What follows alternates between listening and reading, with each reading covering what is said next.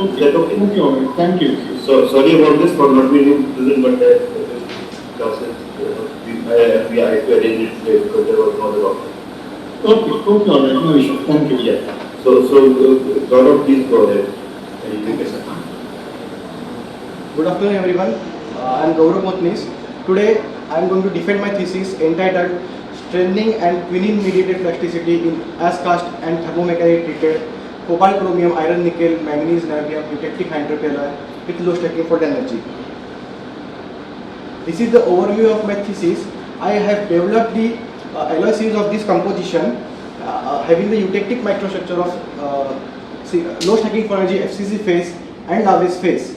The alloys were primarily synthesis using arc melting and metal mold casting. The alloy series was then subjected to thermomechanical treatment to optimize its microstructural mechanical properties by cold forging and annealing and warm rolling at suitable temperature.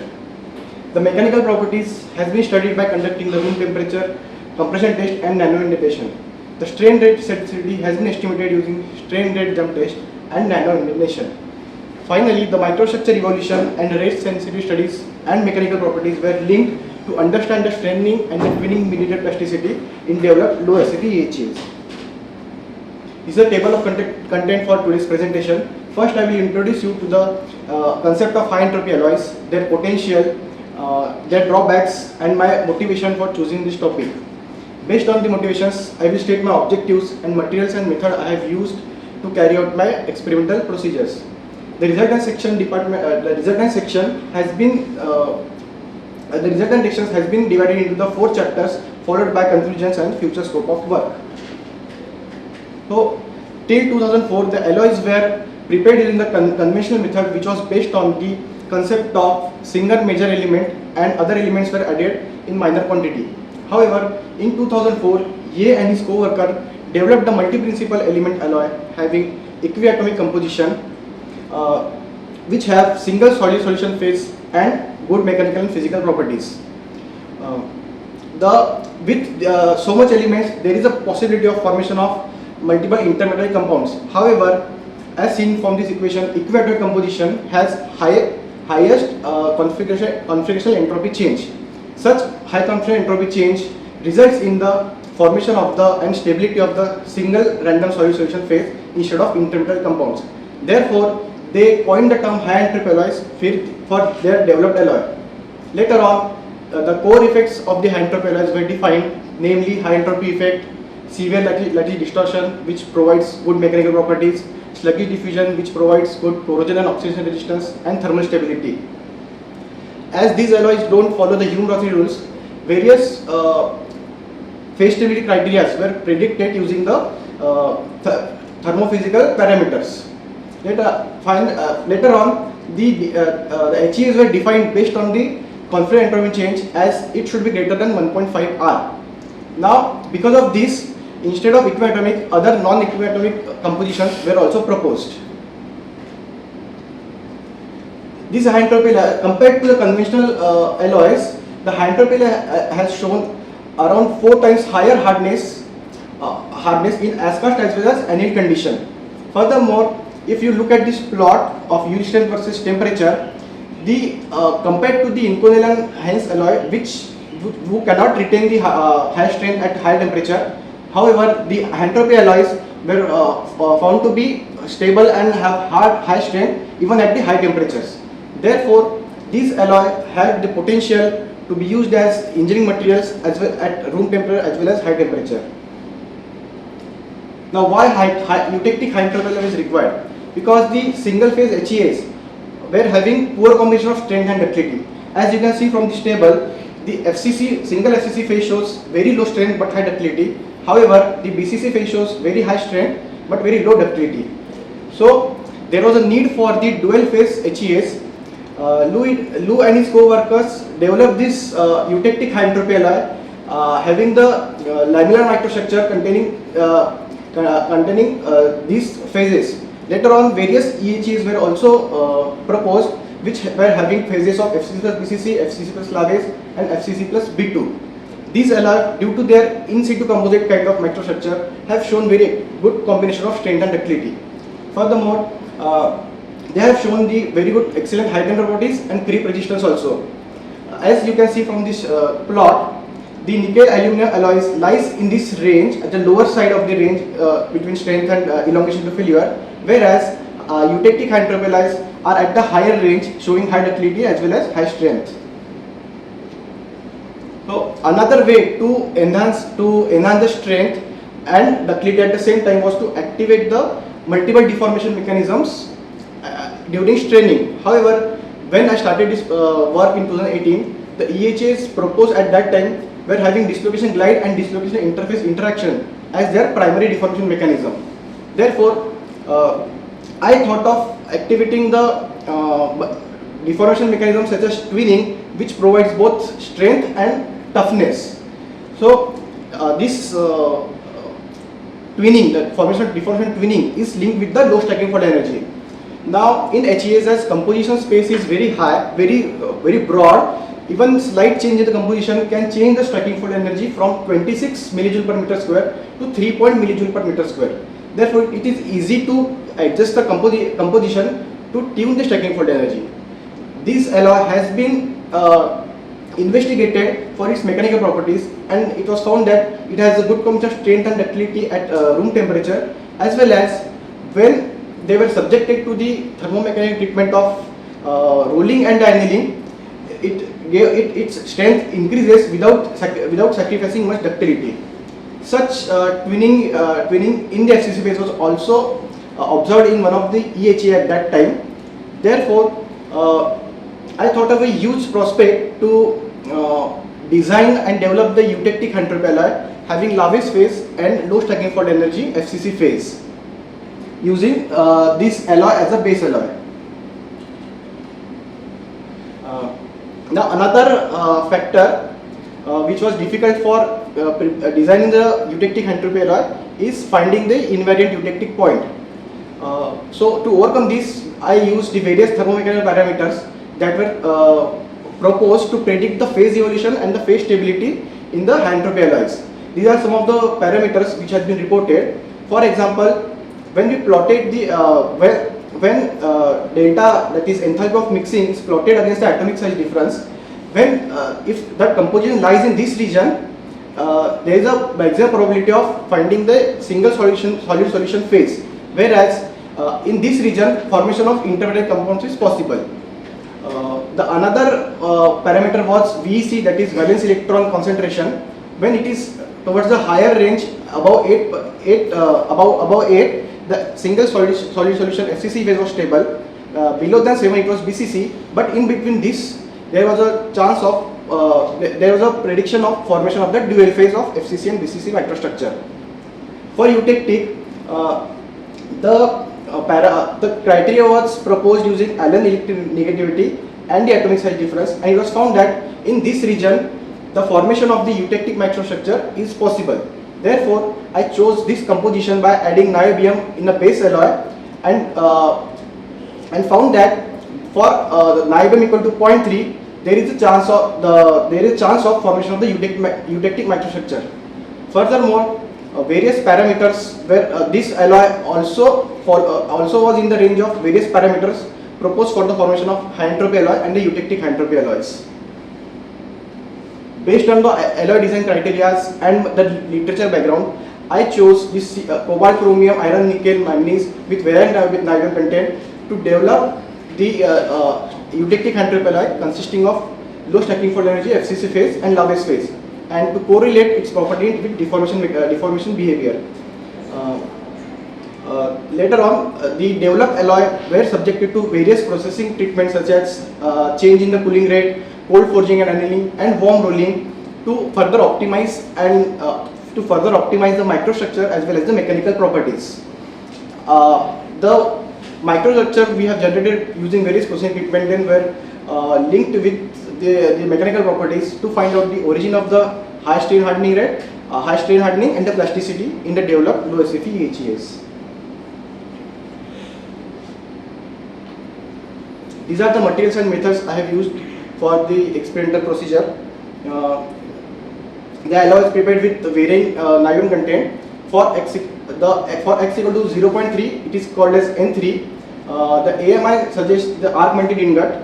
SCB means suction cast bars. CF means cold forge. The as annealed is as cast structure was annealed at 500 degrees Celsius. CF plus annealed means the cold forge sample was annealed at 500 degrees Celsius, and WR15 is warm rolled for 15% of thickness reduction. I will use this nomenclature for the further slides. This is the workflow of my thesis work, showing all the characterization techniques I have used and the processing methods I have used to carry out my research work. The chapter one is entitled Tube Effect in Low SFE EHEA.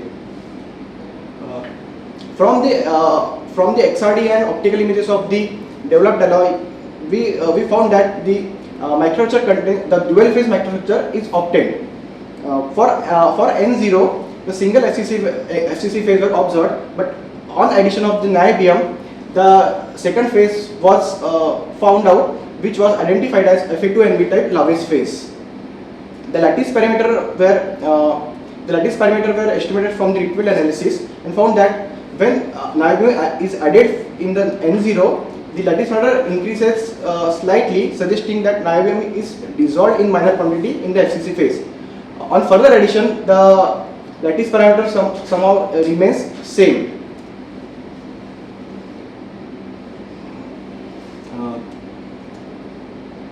The SEM micrograph shows the N367 has the fully eutectic microstructure, whereas N3 is hypoeutectic with having FCC dendrites, and N4 and N45 are hypereutectic with Lawes dendrites. We done the elemental map and found that niobium is mainly in the Lawes phase, whereas other elements are uniformly distributed in both the phases. The EDS analysis of the FCC dendrites, we found the composition of the FCC dendrites through EDS analysis, and its composition, which is marked here, is very close to the base alloy we have taken as a base alloy. Therefore, the low stacking fault energy is expected in this FCC phase. The average interlaminar spacing of the eutectic colony is measured and found that the N367, that is fully eutectic, shows the lowest and interlaminar spacing, whereas the hypereutectic alloy shows higher interlaminar spacing. Now, as low SFE is expected, we decided to estimate the SFE using the experimental and the computational work. This is the formula we have used to calculate the SFE. For this, to calculate the stiffness constant, we first generated the 100 atom cell using SQS, and it was run in the VAS, and the stiffness constant were calculated as this. The lattice parameter, the microstrain and the stacking fault probability were estimated from the Rickwell analysis of XRD of the XRD pattern. Finally, from using these parameters, the SFE of the FCC phase was found out to be around 11 millijoule per meter square, which lies in the low stacking fault energy range. The effect of microstructure can be seen from the mechanical properties which were evaluated from compression test. The fully eutectic with lowest interlaminar spacing shows the highest hardness, whereas N3 with soft FCC phase shows the lower yield strength compared to the hypereutectic composition. The hypereutectic composition shows the higher hardness because the hard and brittle Lawes phase is present there. However, because of this Lawes phase, the ductility is compromised compared to the N3 alloys. It was observed that all the alloys were strain hardened up to the fracture strength of around 2000 or 1700 to 2000 MPa. So to evaluate the strain hardening behavior, we plotted the strain hardening rate versus true strain plot, and as you can see, the three distinct stages of strain hardening was observed in the curve. Generally, such multiple plateau in the strain hardening curve suggests that the multiple deformation mechanisms such as twinning has been operated during straining. To quantify this strain hardening behavior, I estimated the strain hardening N value using Holman equation, which is the strain hardening exponent. The strain hardening exponent was highest for the N3 having large FCC concentration. We also estimated the strain hardening exponent for each stage and found that stage 3 shows the highest strain hardening highest value. Also, the third stage was not observed in the N4 hyper-eutectic alloy. To further understand the underlying deformation, we studied the compressed sample under the TEM, which shows the presence of dislocation glide, dislocation movement and dislocation hindrance at the lavage phase, and which causes the dislocation pileup. Furthermore, a latch type structure was seen, which was confirmed to be deformation twins by the SAD and the dark field imaging. Furthermore, the formation of the deformation twin at the room temperature compression test confirms the low SFE nature of my alloy. Furthermore, the transfer of the slip from the FCC to lavage phase was observed without compromising the continuity of the FCC lavage interface, and the interaction of the dislocation with the twin were also observed at multiple locations. So, considering that strain hardening behavior and the TM results, we propose the deformation mechanism, underlying deformation mechanisms in our developed low stacking for energy alloys. If we consider and compare it with the high SFE alloy, for low SFE and high SFE alloys, at the initial stage of the straining, dislocation slip dominates the deformation, which hinders at the lavage phase, giving Hall page straining. This dislocation interaction in interface generates the first plateau in the strain hardening curve. After further straining, the generation of the deformation twin is there in the low SFE alloys but not in the high SFE alloys. This deformation, due to this generation of the deformation twins, the second plateau is obtained in the strain hardening curve. On further straining, the dislocations will also hindered by the twinning, because twin boundaries can act as a high angle grain boundaries. So this provides the dynamic Hall page straining, which gives the third stage, that is third plateau in the strain hardening curve. So summarizing the chapter 1, I successfully developed the low stacking fold energy EHA having the ultrafine lamellar structure of FCC phase and lavage phase. The SFE of the FCC phase was estimated to be 11 millijoule per meter square. The presence of laminar structure and deformation twins give the high compressive yield strength of 1.2 GPa along with substantial plastic strain of 18% with high strain hardening. The high strain hardening was linked with the interaction of dislocation with lamellar interface as well as the twin boundaries. Therefore, we established the twin mediated plasticity in the low stacking for energy EHAs. Chapter 2 is entitled Effect of Cooling Rate on the Strengthening in Low SFE EHAs. Here we developed the two alloy series with different cooling rate. One was AMI and other is SCB. The cooling rate for SCBs was substantially higher than the AMIs. Due to this higher cooling rate, the refinement in the microstructure in terms of the secondary dendritic arm spacing and the internal spacing was observed, and no new phase formation was observed after SCBs due to high cooling rate. So to quantify this refinement, this plot shows the variation of HDS with the composition. It can be clearly seen that the HDS values for SCB is considerably lower than the AMIs, as well as the interlaminar spacing is also substantially lower than the AMIs. Also, higher cooling rate suppresses the formation of the pro-eutectic SCC and lavage phases as seen from this plot.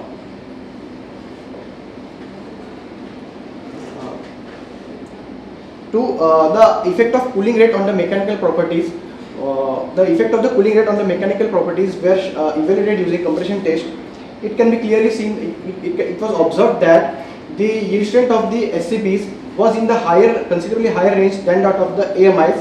However, it was accompanied by compromising the plastic strength, which lies in the 7 to 16%. Furthermore, the mechanical properties were evaluated by doing the strain jump test. The strain jump test was carried out by giving the two strain jump in the uniform elongation section of the stress strain curve. The strain sensitivity and activation volume was evaluated from this strain jump test. The strain rate sensitivity was found to be increased for the SCBs than the AMIs, which can be linked to the refinement of the microstructure. Furthermore, the activation volume was found to be decreased after in the SCPs due to the refinement of the microstructure. The refinement of microstructure decreased the interlaminar spacing. Therefore, the interaction of dislocation the interaction of the dislocation this interfaces increases, and therefore the value of M increases and activation volume decreases. Now these V star values suggest the governing deformation mechanisms in the alloys. The value of activation volume lies in our system. The value of the activation volume lies in the range where dislocation interaction with the interface is the dominating deformation behavior. The post-deformation analysis shows the dislocation pile-up, dislocation substructures such as dislocation forest, and deformation twins in AMI as well as SCB samples. Therefore, as said earlier, this result shows corroborates with the V star values, suggesting a dislocation lamellae and dislocation twin interaction as the deformation mechanism. The dimples observed in the fracture sample suggest the considerable amount of plastic deformation has taken place before the fracture. Also the presence of dimples and cleavage tapes suggests that the plasticity induced cleavage fracture has happened. The propagation of cracks is not along the interface but along the eutectic colli, suggesting translamellar fracture mode.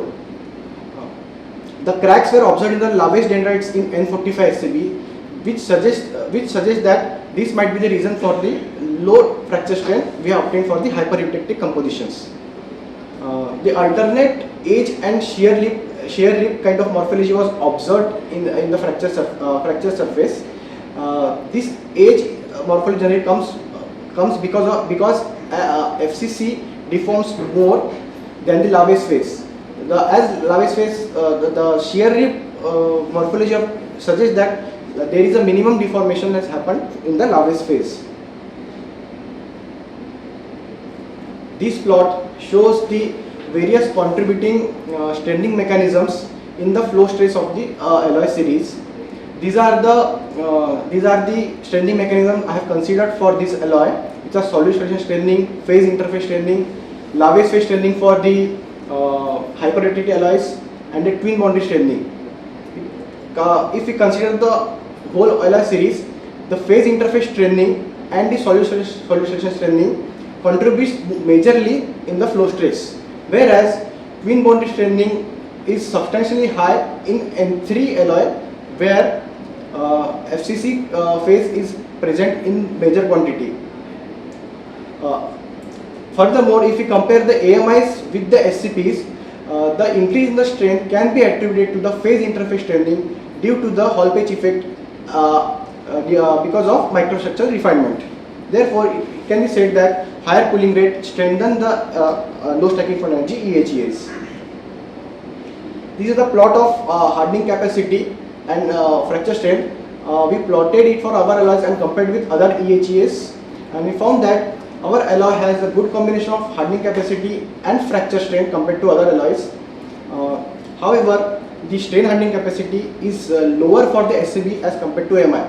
To investigate that, we calculate the dislocation density and its windfall probability from the XRD patterns, and found out that the increase in the dislocation density post compression is lower for the SCPs as well as the twin fault polarity, which suggests the presence of twin fault in a particular 111 plane is also lower than that is observed in the N3 as cast alloys.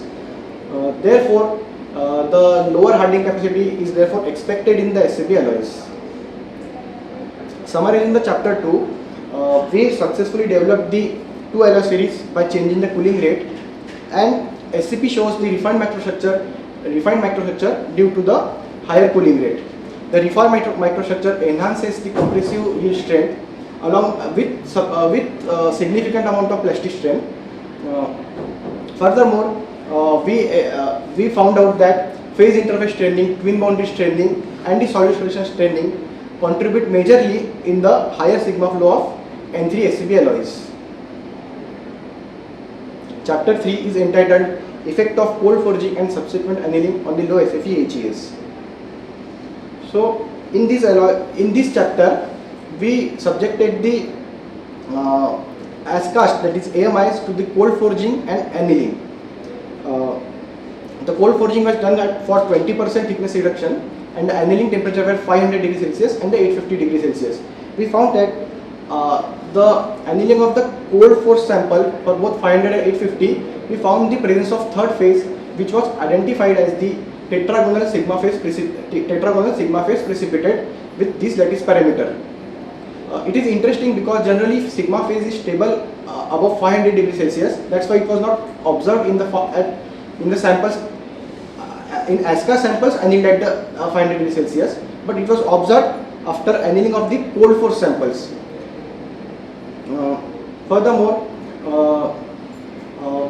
to study the effect of cold forging on the dislocation density twin fault polarity, here this plot is shown where we can see that after cold forging, the dislocation density increases substantially and further decreases after annealing at 500 degrees Celsius and 850 degrees Celsius.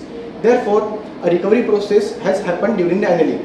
However, for the twin fault polarity, the value of this is almost similar, which suggests that the deformation twins are stable at that temperature.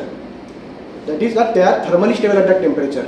However, at 850 degrees Celsius, it also decreases, suggesting de-twinning must have taken place at 850 degrees Celsius annealing.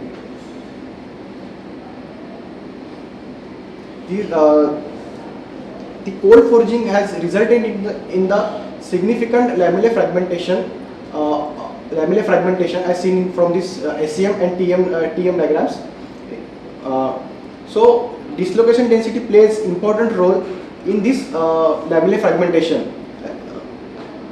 We know that the FCC is soft phase, so first yielding will occur in the FCC phase, and the dislocation generated will be glide toward Laves phase and will be hindered at the Laves phase. And after that, they have to travel some distance x, which we have calculated for the 20% plastic strain, which comes out to be 600 nanometer, which is substantially high than the interlamellar spacing. Therefore, strain accumulated due to the dislocation pileup at the interface will eventually cause the slip transfer or the transfer of the shear bands, which will eventually fragment the Laves phase. However, it is important that even after fragmentation, the continuity of the FCC phase and Laves interface is there, which is very important for the global plasticity of these alloys, eutectic alloys. Post annealing, the sigma precipitate are found to be formed in the interior of the FCC phase, as seen from the SEM and the TM diagrams. The EDS analysis shows that the composition of the sigma precipitate are rich in chromium and iron. Now, the volume fraction of the sigma precipitate varies significantly from 5% to 30%. In fact, the sigma precipitate in CF plus A500 is more than the EHES annealed as it is at 850 degrees Celsius. Therefore, you can say that the cold forging has played an influential role in formation of the sigma phase. This is here also dislocation density plays vital role, as increasing the dislocation density creates the easy pathway for the easy diffusion of the chromium atoms. This decreases the activation barrier required for the formation of the sigma phase. Therefore, the sigma phase has been observed in EHES, cold forge and anneal at 500 degrees Celsius. In the TM diagrams, it can be seen that the deformation twinning is observed in both CF and CF plus A500 samples. The twin density was estimated from multiple images, and it was found out to be close to each other, which corroborates the results we have obtained from the twin fault probability, that deformation twins are thermally stable at the 500 degrees Celsius. Severe lamellar breakage and bending was also observed, and deformation twins were not observed that much in the samples annealed at 850 degrees Celsius. Overall, if we consider the CF plus A500 shows the optimum microstructure with lamellar morphology, microstructural refinement, low percentage of the sigma precipitates, and the deformation twins. The effect of CF and annealing on the compressive mechanical properties shows that the CF plus 850 shows the highest strength, but it has a very low ductility. To analyze this CF plus A850 sample was observed under the SEM, and the fracture surface shows that clear decohesion of sigma precipitate from the interface, from the matrix, is clearly observed. Such cohesion creates microvoids, and this microvoid coalesces to form the eventual microcracks. Therefore, the plasticity of these samples having high percentage of the sigma phase is very low. The CF and CF plus A50 shows the optimum combination of the strength as well as the ductility. If you look at these images, the dislocation pileup at the twin boundaries is clearly observed in the cold forge samples. Therefore, this emphasizes that the twin boundaries can act as a good barrier for the dislocation movement, to restrict the dislocation movement. Furthermore, the dislocation were also observed inside the twin lathe, which also provides the strain hardening. Therefore, good combination of strength and ductility because of twinning and dislocation, high dislocation density provides the very good yield strength of around 1500 MPa and the plastic strain of 11%. The differently processed alloys were characterized using the nanonutation to observe the local scale deformation. The nano hardness follows the same trend as the yield strength for all the alloys. The CF plus 850 shows the higher hardness due to the presence of hard sigma phases. From the nanonutation of the PS plot and the depth versus time plot, we evaluated the stranded sensitivity as well as the activation volume for the differently processed alloys. The stranded sensitivity was highest for the cold forge samples compared to the AMIs. This might be due to the presence of high dislocation density as well as the twin boundaries. The activation volume, which signifies the deformation mechanisms, were also evaluated, which were lying in the range of 35 to 16 BQ, which suggests that the dislocation interaction with the barriers such as lamellae and the twin boundaries is the governing deformation mechanism. Therefore, the decrease in the V star values, the activation volume values after cold forging suggests that the microstructural refinement has been the main influencing factor. Therefore, as the deformation mechanism is dislocation interaction with interfaces, we need to estimate the dislocation mean free path. This dislocation mean free path is majorly influenced by the long range barriers such as microstructure refinement, twin boundaries, and the dislocation substructure. So considering these three parameters, I evaluated the dislocation mean free path, which found out to be lowest for the cold force samples and the cold force plus ion sample at 500 degrees Celsius. This plot shows the variation of the activation volume against the dislocation mean free path. It decreases with the decrease in the value of the dislocation mean free path. This suggests that lamellar interface and twin boundaries restrict the dislocation in light and accommodate high plastic strain. Using this dislocation mean free path, we estimated the contributing strengthening mechanism in the N36 alloys. For the same composition, other strengthening mechanism will remain same. However, the only variation will be observed in the precipitate strengthening and the boundary strengthening.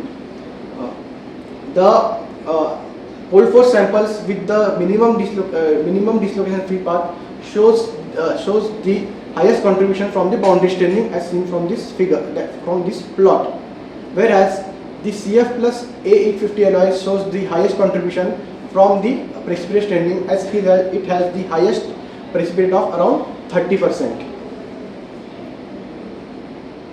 Summarizing the chapter 3, I optimized the microstructure as well as the mechanical properties using the thermomechanical treatment of the cold forging and annealing. The evaluation of the third phase, that is sigma precipitate, was observed upon annealing of the cold force samples. The diverse microstructure of deformation twins, sigma precipitates, and refined microstructure was obtained for the CF plus A500 samples, which reduces the mean free path and contributes to the high strength and significant plastic strength. Chapter 4 is entitled Evaluation of the Dislocation Twinning Induced Plasticity in Warm Rolled EHVs.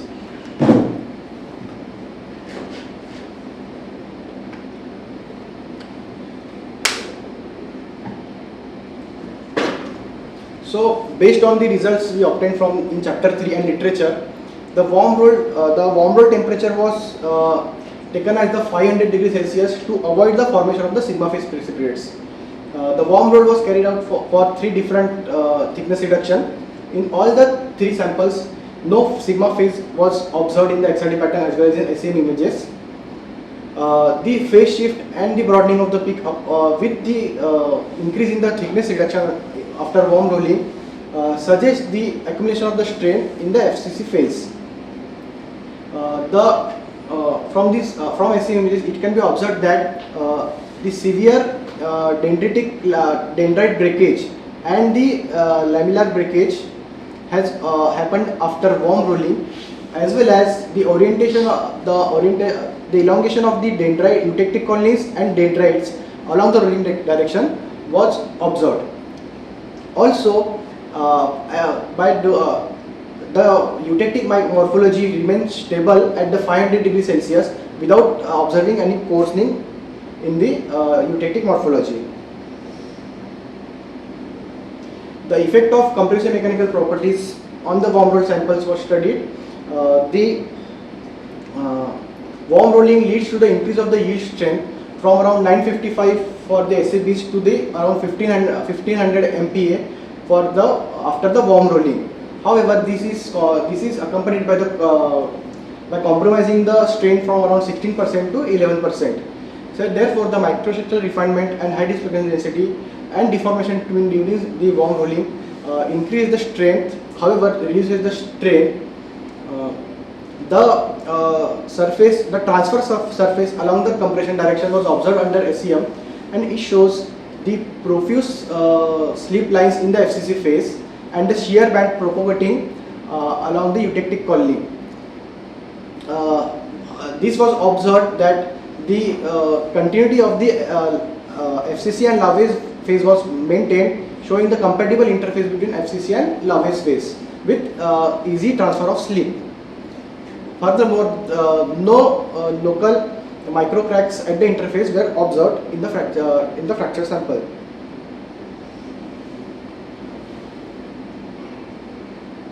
So, as I mentioned,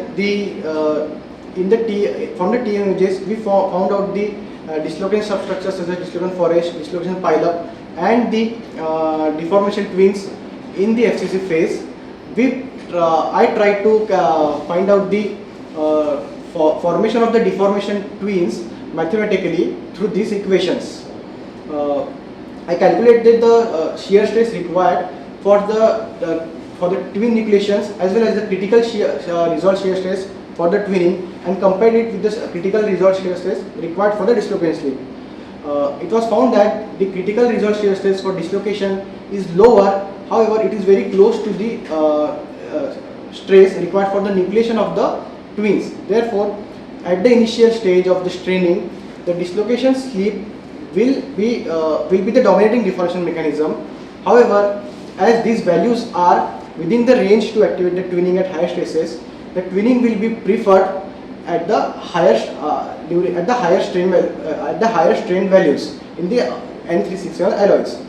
Furthermore, I compared the values with the existing EHEA, cobalt, chromium, iron, nickel, niobium, and the single phase FCC alloy, CO, cobalt, chromium, iron, manganese, nickel.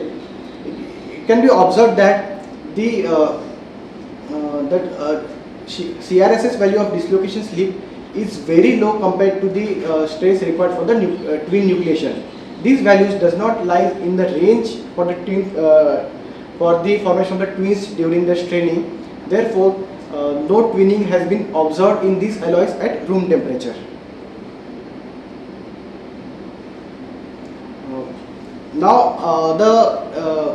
Due to the dislocation pileup at the interface, there are two possibilities.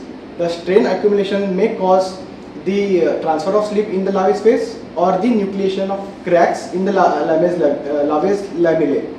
So I adopted the Strauss distribution pileup model to calculate the minimum shear stress required to transfer the slip as well and to transfer the to generate or nucleate the cleavage cracks. Now, for the transfer of the slip, this tau shear should be equal to the CRSS value required for the slip in Lavage phase, whereas to nucleate the crack, this sigma n should be equal to the stress required to form the cleavage cracks in the Lavage lamellae. By putting these values, the minimum shear stress required for the transfer of slip and the nucleation of the cracks was plotted against the pileup angle. Now it was observed that the shear stress required for the transfer of the slip is very low compared to the shear stress required for the cleavage. Therefore, the transfer of slip will occur first before the formation of the nucleation cracks, which is evident from the SEM and TM analysis. Furthermore, the stress required to nucleate the twins is also lower than the shear stress required for the nucleation of the cracks. Therefore, the pileup of the dissolution pileup will also generate deformation twin first before the formation of the cleavage cracks. Summarizing the chapter 4, we successfully employed the warm rolling sample to refine the microstructure and increase the strain in the range of 1500, increase the compression strain in the range of the 1500 MPa. The high dislocation density and the twin foil probability was responsible for the such high strength and the substantial plastic strength.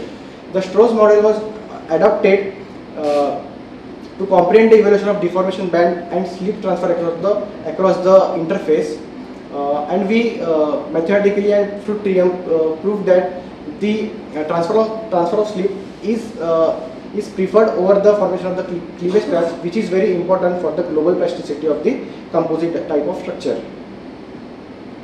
The conclusion of my thesis are The series of cobalt, chromium, iron, nickel, manganese, niobium, by varying the niobium content was successfully developed, having low stacking for energy FCC phase and Navice phase.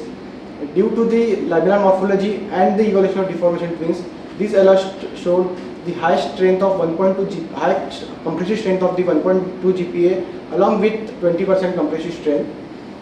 The alloys, the strength the strength and the microstructure were further optimized and enhanced by changing the cooling rate. The SCBs with the higher cooling rate have shown the increase by the 7 to 10% increase in the compressive yield strength compared to the AMIs. The contributing straining mechanism for this EHEs was found to be phase interface straining, twin boundary straining, and the solution straining. The successful employment of the thermomechanical treatment of cold forging and annealing was employed to optimize the mechanical properties. The diverse microstructure of twin boundaries, dislocation substructure, sigma phase was obtained for cold forging of 20% and annealing at 500 degrees Celsius. The pre-existing twin and lamellae provide and the sigma phase provides the optimum strain by precipitant straining and Hall based straining. The FCC phase in the developed alloy shows the dislocation multiplication capacity as well as twinning even at the elevated high temperature of 500 degrees Celsius. The deformation band and the slip lines observed in the fractured EHEs along with dimple structure shows that the substantial plastiformation has happened before the failure. We successfully adopted the Strauss model to mathematically prove the transfer of slip is preferred over the formation of the cleavage cracks at the interface. The novelty statement is the new class of eutectic high-entropy alloy with low stacking for energy has been proposed. The method to obtain the diverse microstructure of deformation twin sigma phase precipitate was proposed using by optimizing the thermomechanical treatment of cold forging and annealing and worm rolling. A good combination of strength and fracture strength has been achieved through manipulation of microstructure in low SFE EHEs. These are my list of publications. I want to acknowledge my supervisor, Professor Jayanta Das. I want to thank DSC members, Professor S.B. Singh, Professor Indrani Sen, Professor Devala Chakravarti, and Professor Santanu Chakravarti. I want to thank my thesis examiners, Professor P.P. Bhattacharya and Professor Yugan Ikat for the critical comments they have provided and for evaluating my thesis. I want to thank my MFM group colleagues and my friends for the constant support throughout the years. Also, I want to thank the technicians from the metallurgy department and central research facility for their help in to carry out my experimental work. Thank you for your time.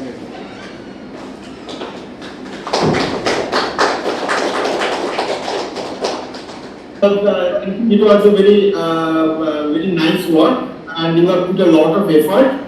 And I think some of the discussion or the comments you will find it useful in your future research. Yes, Okay, so think about it. So overall, it was a very nice and very praiseworthy attempt. Okay, so congratulations once again. Thank you, sir.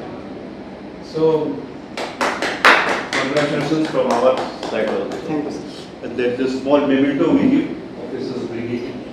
I will hand it over. Sir, you have to come. I think you are as much a party of this as anyone else. So congratulations again.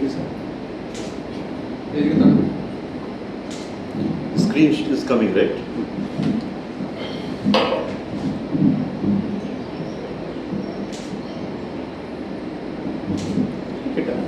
So thank you, sir. Yours. Chalo, Jayanta, congratulations to Thank you you also. so much. Hey, best of luck. Thank you, sir. I will return to class. So, Bhattacharya, thank you for this. Okay. Bye from my Thank you for your comments for making. Okay, thank you. Thank you so much. My pleasure.